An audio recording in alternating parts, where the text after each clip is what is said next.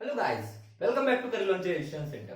Guys actually हम लोग क्या कर रहे थे, लास्ट लेक्चर में हम लोग बात कर रहे थे लॉज ऑफ केमिकल कंपोजिशन की, बराबर है ना।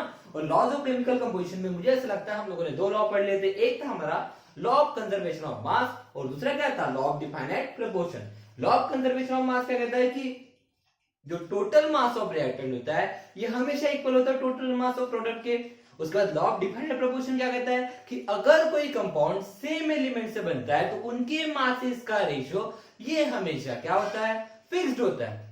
यस और नो, ये हमें किसने बताया था, लॉ ऑफ डिफाइंड प्रोपोर्शन में। सो गाइस आज एक्चुअली हम लोग थर्ड लॉ पढ़ने वाले, जिस लॉ का नाम है लॉ ऑफ मल्टीपल प्रोपोर्शन। क्या नाम है guys, law of multiple proportion. So क्या कहता है ये actually law of multiple proportion क्या कहता है, that is when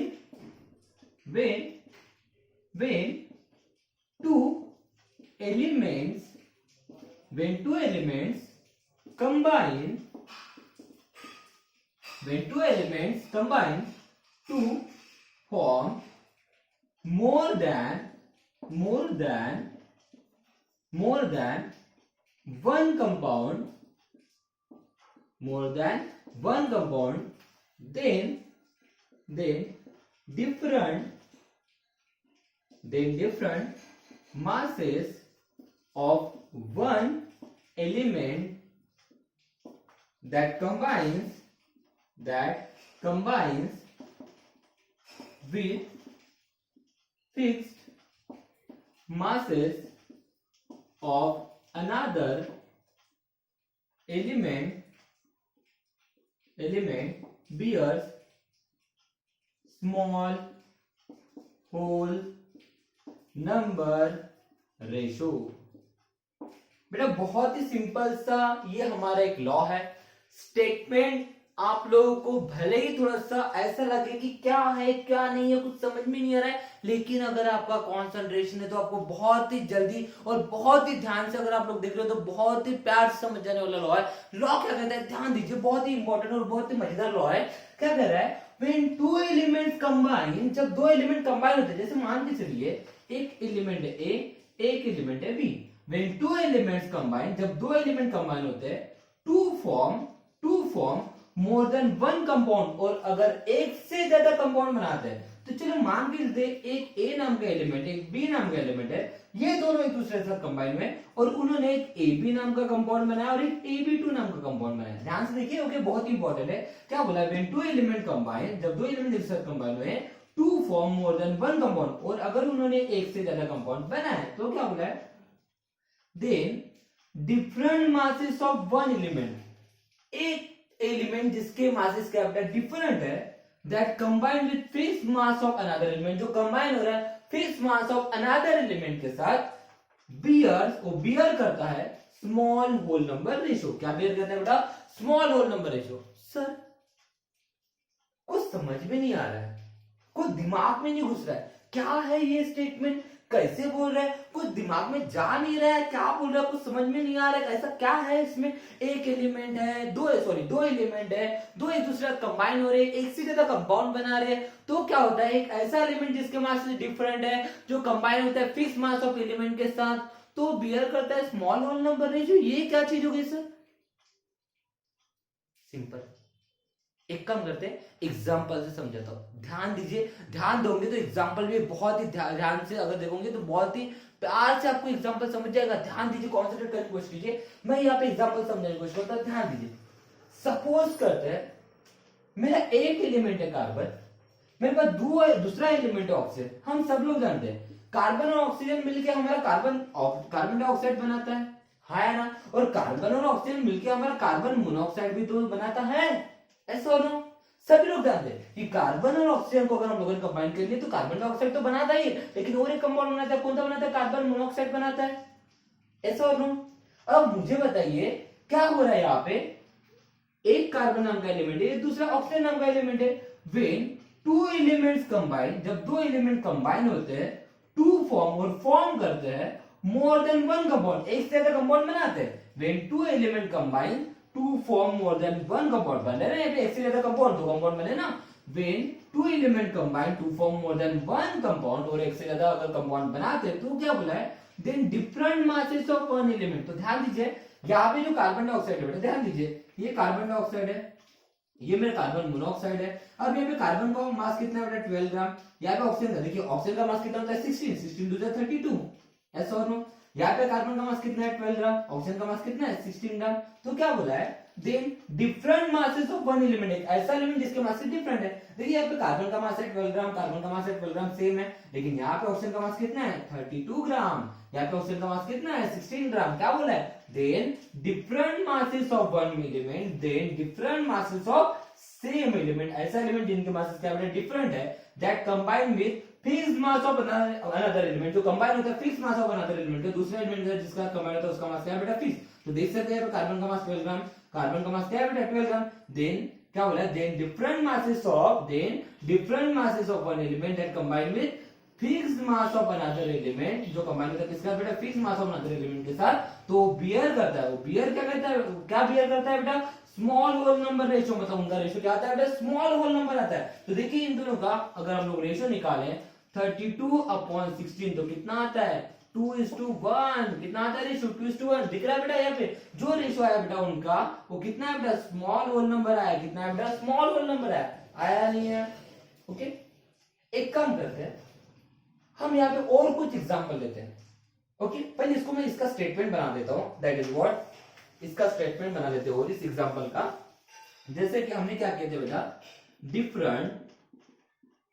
different masses, किसका था डिफरेंट मासेस, कार्बन डाइऑक्साइड और कार्बन मोनोऑक्साइड में किसका मास डिफरेंट था, ऑक्सीजन का। Okay, different masses of oxygen कितना था 32 ग्राम एंड 16 ग्राम, ऐसा और नो।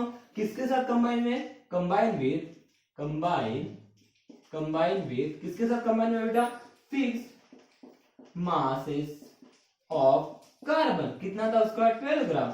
ओके, तो उनका रेशियो अगर मैं निकालता हूं तो कितना आता है, स्मॉल होल नंबर आता है, चेक करते हैं 32/16 2:1, आया कि नहीं। चलो एक काम करते हैं और कुछ एग्जांपल लेते हैं, जैसे कि इसकी जगह मैं और एक एग्जांपल लेते हैं। जैसे हम लोग जानते हैं ना हाइड्रोजन है ऑक्सीजन है।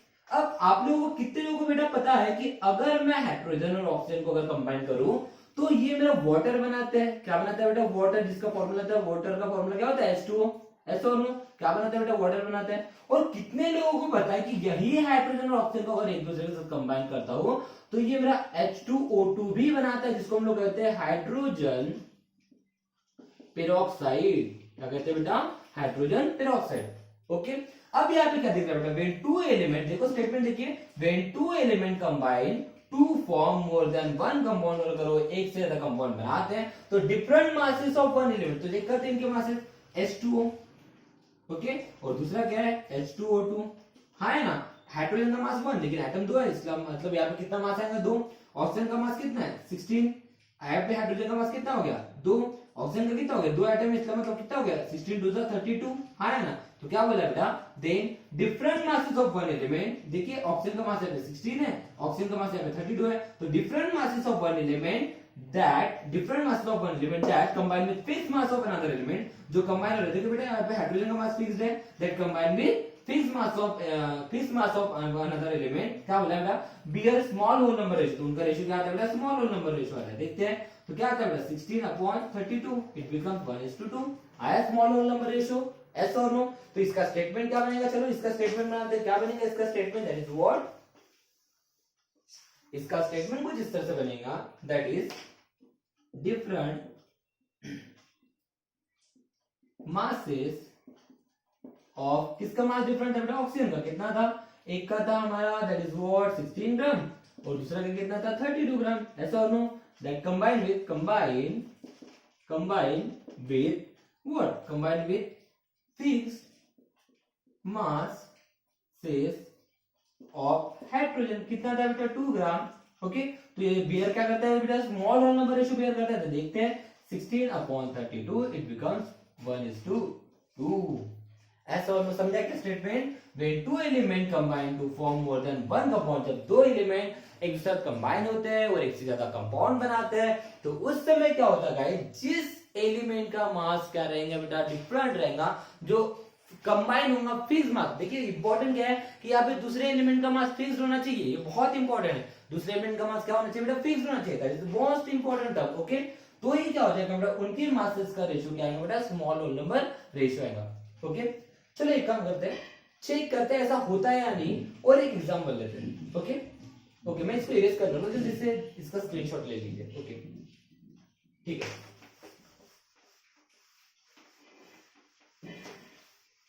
जैसे मान के चलिए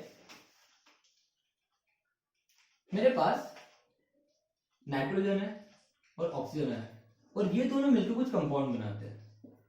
जैसे मान के चलिए इन्होंने N2O बना लिया, ओके, इन्होंने NO बना लिया, ओके, इन्होंने N2O3 बना लिया, ओके, इन्होंने NO2 बना लिया, यहाँ पे मान के चलिए N2O5, ओके, नाइट्रोजन और ऑक्सीजन मिलकर ये कुछ कंपाउंड बनाते हैं। ओके, तो क्या बोला है, when two element combine to form more than one compound, और अगर वो एक से ज्यादा कंपाउंड बनाते हैं तो जिनका मास डिफरेंट रहेगा बेटा, जो कंबाइन होंगे फिक्स मास ऑफ एलिमेंट के साथ, उनका रेशियो क्या आएगा बेटा, स्मॉल होल नंबर रेशियो आएगा। तो चेक करते हैं, पहले इनके मासेस निकाल लेते हैं। ओके, चलो N2O यहाँ पे कितना मास है, नाइट्रोजन का मास, देखिए नाइट्रोजन का एटॉमिक नंबर कितना होता है बेटा, 7, मास कितना हो गया 14, ऑक्सीजन का मास कितना हो गया 16। तो चेक करते हैं नाइट्रोजन कितना है बेटा, यहाँ पे 2 एटम है, मतलब कितना होगा 42 28, ऑक्सीजन एक है मतलब कितना होगा 16, ऐसा और नो। अब NO, तो यहाँ पे नाइट्रोजन का मास कितना हो गया 14, ऑक्सीजन का मास कितना हो गया 16।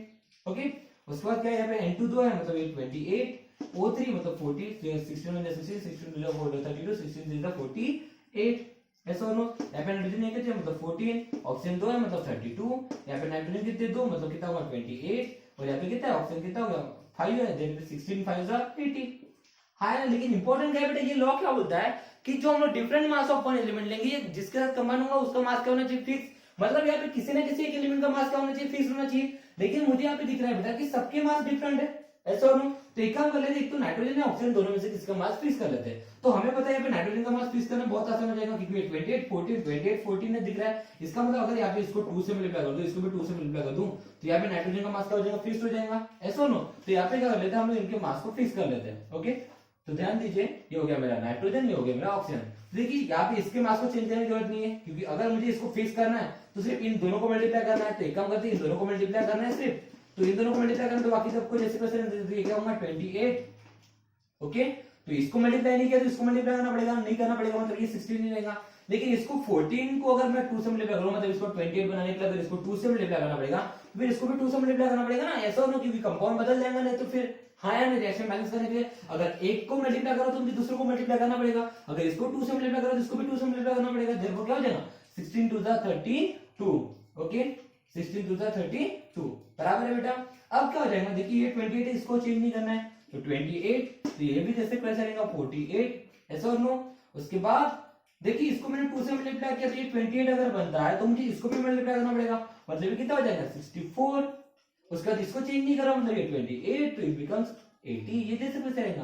तो देखो क्या हो जाएगा, when two element combine to form more than one compound, अगर एक से ज्यादा कंपाउंड बनाते हैं, then क्या होता है, different masses of one element that combine with fixed mass of another element। देखिए इसका मास का किया हम लोगों ने, फिक्स किया है ना, तो क्या बियर करते हैं, वो बियर करते हैं बेटा स्मॉल होल नंबर रेशियो। क्या बियर करते हैं, small whole number ratio bear करते हैं। चेक करते हैं इनके मासेस का रेशियो क्या हो जाएगा, बताइए 16:32:48:64:80। Therefore 16 1 जा 16 2 जा 16 3 जा 16 4 जा 65 जा 1:2:3:4:5। तो आया बेटा इनका रेशियो कैसा है बेटा, स्मॉल होल नंबर रेशियो, ऐसा और नो। तो this is what law of multiple proportion. I hope so आपको इतने सारे एग्जांपल से समझ में आ चुका होगा कि लॉ ऑफ मल्टीपल प्रोपोर्शन क्या कहता है कि अगर मैं दो एलिमेंट को एक दूसरे साथ कंबाइन करता हूं और अगर एक से ज्यादा अगर कंपाउंड बनाते हैं तो क्या होता है, जिसका मास डिफरेंट है और वो कंबाइन होने फिक्स मास ऑफ एलिमेंट। देखिए एक एलिमेंट का मास यहाँ पे फिक्स करना बहुत ज्यादा जरूरी है, तभी दूसरे का जो रेशियो आएगा बेटा, मासेस का रेशियो आएगा, वो क्या आएगा बेटा, सिंपल होल नंबर रेशियो आएगा। आई होप सो गाइस आप लोग ये टॉपिक क्लियर है। ओके, मिलेंगे नेक्स्ट लेक्चर में। Thank you so much guys, have a nice day.